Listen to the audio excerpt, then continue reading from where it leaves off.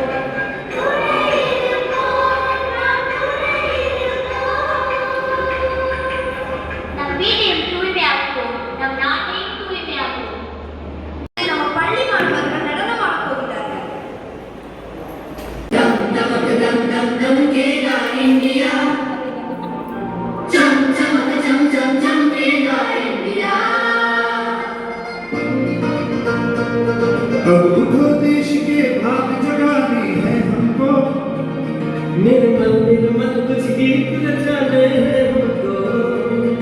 अब उठो देश के भाग जगाने हैं हमको, निर्मल निर्मल कुछ गीत रचाने हैं हमको।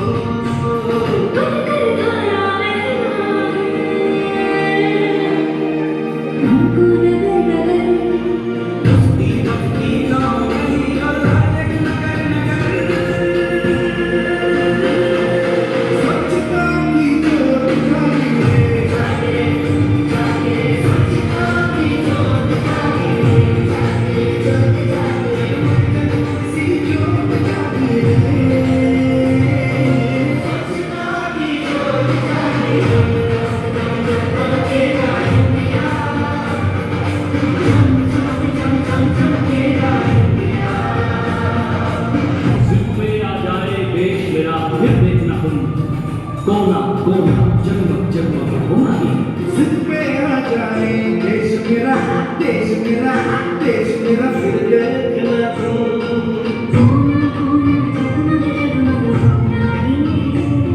अब ढांचे मुट्ठी कसने की बारी है, हर दिशा दिशा गाँव मेरा जैसे होना है। स्वच्छता की ज्योत जागी है,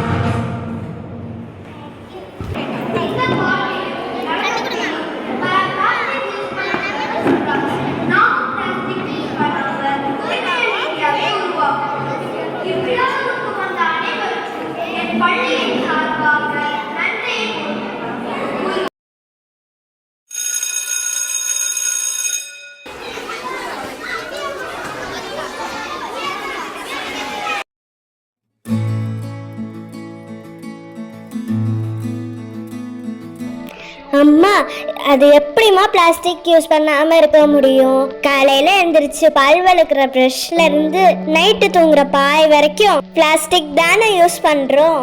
பின்ன ஏமா பிளாஸ்டிக் யூஸ் பண்ணக்கூடாதுன்னு சொல்றாங்க? ஆமாம்மா, எங்கள் காலத்தில் இப்படிலாம் பிளாஸ்டிக்கை யூஸ் பண்ணதே இல்லை. நாங்க பல்லு விளக்குறதுக்கு வேப்பங்குச்சி, தூங்குறதுக்கு கோரம்பாய், நாங்க கடைக்கு போனா மஞ்சப்பை, சாப்பாடு வாங்கும் போது கூட பாத்திரத்தை தான் கொண்டு போவோம்.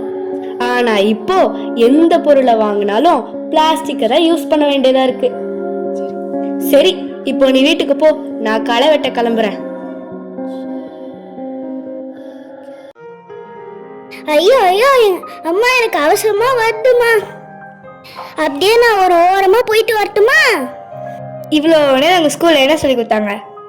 சுற்றுப்புறத்தை தூய்மையா வச்சுக்கணும்னு சொல்லி கொடுத்தாங்களே. ஐயோ ஆமால, நான் மறந்தே போயிட்டேன். நான் வாஷ்ரூமுக்கு போயிட்டு வரேன்.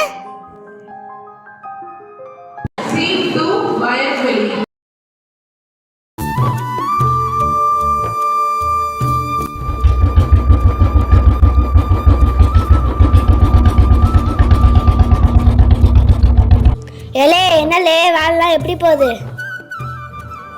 எங்கயா தோண்ட தோண்ட பிளாஸ்டிக் கவரா தான் வருது. என்னது பிளாஸ்டிக் கவரா? அதுவும் நம்ம நிலத்துலயா? சரி சரி, தூக்கி போட்டு வேலையை பாருங்களேன். வேலையே பிளாஸ்டிக் கவரை எடுக்கிறதா போல. இப்படியே போச்சுன்னா ஒரு புல்லு கூட முளைக்காது. நம்ம நிலத்துல தான் இப்படி இருக்கா, இல்லை எல்லா நிலத்துலயும் இப்படி தான் இருக்கா? எல்லா நிலமும் அப்படிதான் இருக்குங்க ஐயா. தப்பாச்சே, இதுக்கு தான் பண்ணணுமே. அண்ணே அண்ணே, என்னென்ன பண்ணிடுங்க? ஒரு காலத்துல தோண்ட தோண்ட பொண்ணா அந்த பூமி, இப்ப பாரு ஒரே தோண்ட தோண்ட பிளாஸ்டிக் கவரை தான் வருது. எதுக்குன்னே அப்படி ஆச்சு? எல்லாத்துக்கும் நம்ம தண்டா காரணம். பிளாஸ்டிக்கை நம்ம உருவாக்கி பயன்படுத்தி அதை அப்படியே கீழே போட்டு இந்த மண்ணையே நாசம் பண்ணிட்டோம். இதுக்கு ஒரு முடிவு கொண்டு வரணும். வாங்க ஒரு பஞ்சாயத்தை கூட்டுவோம்.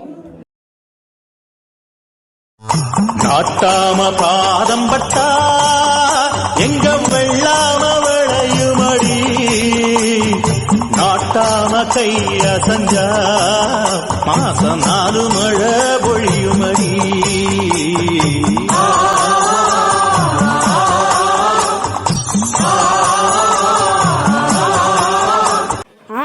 உங்கள் வாதத்தை சொல்லுங்கள். எனக்கு பக்கவாதம். எனக்கு இளம்பிள்ளை வாதம். எனக்கு முடக்குவாதம் ஐயா. அப்ப எனக்கு எனக்கு வாக்குவாதம். இன்னைக்கு என்னையா பஞ்சாயத்து? நாட்டாம இன்னைக்கு 2 பேர் மேல புகார் கொடுக்கணும். யாருடா அந்த 2 பேரு? அந்த 2 பேரும் இவங்க தான் ஐயா. கார்பன் மோனாக்சைடும் இந்த பிளாஸ்டிக்கும் தான். யாருடா பிளாஸ்டிக் கூட காணாம போன மனம்? காணாம போன மனம் இல்லையா, கார்பன் மோனாக்சைடு. இவங்க தான் அந்த கார்பன் மோனாக்சைடும் பிளாஸ்டிக்கும். ஐயா, இந்த பிளாஸ்டிக்கால எங்க நிலத்துல ஒரு புல்லு கூட முளைக்கல. இந்த பிளாஸ்டிக்கால எங்க மண்ணோட தன்மையே போயிடுச்சு. இவனுங்களை ஊரை விட்டு ஒதுக்கி வைங்க ஐயா. நான் நாட்டாமையா இல்ல நீ நாட்டாமையா? உன்னை பத்தி அவன் சொல்றதெல்லாம் உண்மையா? பொய் சொல்றாங்க ஐயா. என்னை உருவாக்குனதே இவங்க தான். இவங்களே பாம்பு வைப்பாங்களாம், அவங்களே எடுக்கவும் சொல்லுவாங்களாம். இவன் யாருடா பக்கத்துல ஒரு மார்க்கமா நிக்கிறான்? ஐயா, இவன் தான் கார்பன் மோனாக்சைடு. இவன் தான் காத்து தண்ணி எல்லாத்தையும் மாசுபடுத்துறான். ஓசோன்லயே ஓட்டைய போட்டான். இவனால ஊர்ல பல வியாதி சுத்திட்டு இருக்கு. ஆஸ்மா, வீசிங்னு பல கஷ்டம் தரான். இவனுக்கு சரியான தண்டனை கொடுங்கய்யா. ஐயா, பொய் சொல்றாங்க ஐயா. இவங்க தான் என்னை உருவாக்கினவங்களே. பிளாஸ்டிக்கு, ரப்பரு, குப்பை போட்டு எரிச்சு என்னை உருவாக்கிட்டு இப்போ என்ன குறை சொல்றாங்க. பார்த்தா பாவமா தான் இருக்கு. சரி, நீங்களும் அந்த ஊர்ல ஒரு ஓரமா இருந்துட்டு போங்க. நாட்டாம தீர்ப்பை மாத்தி சொல்லு. சரி சரி, கோவப்படாதீங்கடா. இது நம்ம மட்டும் பேசினா பத்தாது, இந்த ஊர் மக்கள் எல்லாருக்கும் ஒரு எச்சரிக்கை தரணும். ஆமா, எங்க பாப்பா ஸ்கூல்லையும் இதை பத்தி தான் சொன்னாங்க.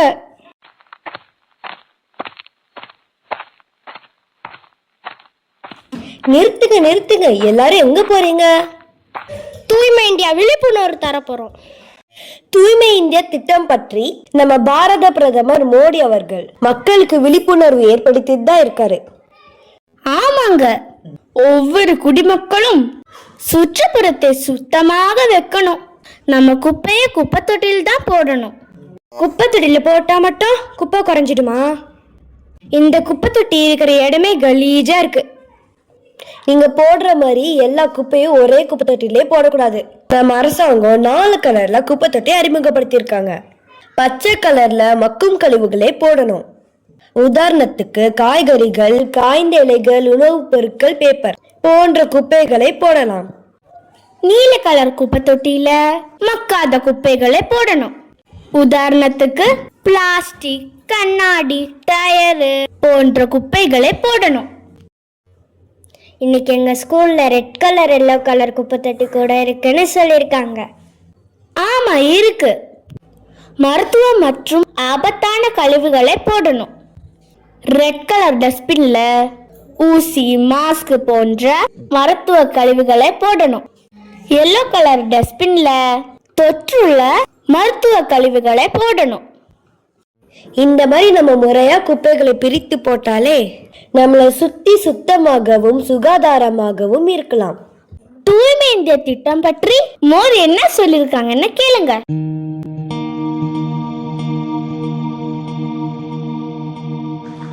आपने खुद देखा है कि कैसे इतने कम समय में स्वच्छ भारत मिशन एक जन आंदोलन बन गया है। स्वच्छ भारत अभियान ने हर देशवासी के आत्मविश्वास और आत्मबल को एक नई ऊर्जा दी है, नई ताकत दी है। क्वालिटी ऑफ लाइफ को सुधारने का एक अहम फैक्टर शहरों में साफ सफाई की व्यवस्था भी है। स्वच्छ भारत अभियान सिर्फ टॉयलेट्स के निर्माण तक सीमित नहीं है। इस अभियान में वेस्ट मैनेजमेंट पर भी बहुत अधिक फोकस किया जा रहा है। हमारे शहरों में बड़े बड़े कचरे के पहाड़ बहुत बड़ी समस्या बन गए। आप भी जानते हैं कि पुणे में जहां मेट्रो का डिपो बना है, वो पहले कोथरूड कचरा डंपिंग यार्ड से जाना जाता था। अब ऐसे कूड़े के पहाड़ों को हटाने के लिए भी मिशन मोड पर काम चल रहा है और हम कचरे से कंचन यानी वेस्ट टू वेल्थ के मंत्र पर काम कर रहे हैं।